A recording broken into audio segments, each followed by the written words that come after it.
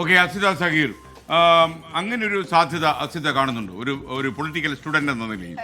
അങ്ങനെ ഒരു വിദൂര സാധ്യത പോലും കാണുന്നില്ല. അത്ര വലിയൊരു കക്ഷിയാകാൻ ഒരു ആത്മവിശ്വാസം ഉണ്ട് എന്ന് BJP NDA പറയുമ്പോഴും അങ്ങനെ ഉണ്ടാകുമെന്ന് കരുതുന്നേയില്ല. മാത്രമല്ല, ഇപ്പോൾ 2016 തെരഞ്ഞെടുപ്പിനെ അപേക്ഷിച്ച് 2021 എത്തുമ്പോൾ അവരുടെ വോട്ടിംഗ് പെർസെന്റേജ് കുറയുകയാണ് ചെയ്യുന്നത്. അപ്പോൾ ഇത്തവണ എന്ത് സംഭവിക്കുമെന്ന് അറിയില്ല. പലയിടങ്ങളിലും BJPയുടെ തന്നെ സ്ഥാനാർത്ഥികൾ ഇല്ലാത്ത സാഹചര്യമുണ്ട്. ഇപ്പോൾ 2020 ഒക്കെ സ്ഥാനാർത്ഥികൾ നിൽക്കുന്ന സാഹചര്യമുണ്ട്. അപ്പോൾ അത്തരം മണ്ഡലങ്ങളിലൊക്കെ അവർക്ക് എത്ര കണ്ട പെർസെന്റേജ് ഉയർത്താൻ സാധിക്കും എന്നുള്ളത് അറിയുകയുമില്ല.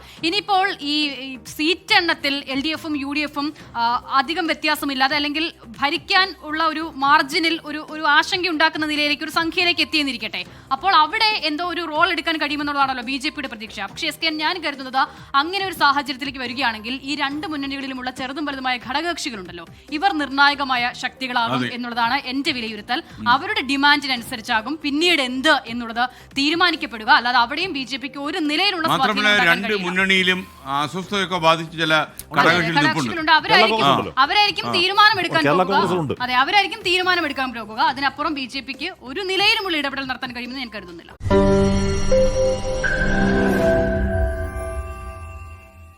ലോകത്തെവിടെയായാലും ഏത് സമയത്തും 24 വാർത്തകളും ഓഗ്മെന്റഡ് റിയാലിറ്റി പാക്കേജുകളും എക്സ്പ്ലെയിനറുകളും വിശദമായി കാണാൻ ഞങ്ങളുടെ YouTube ചാനൽ നിങ്ങൾക്ക് സബ്സ്ക്രൈബ് ചെയ്യാം.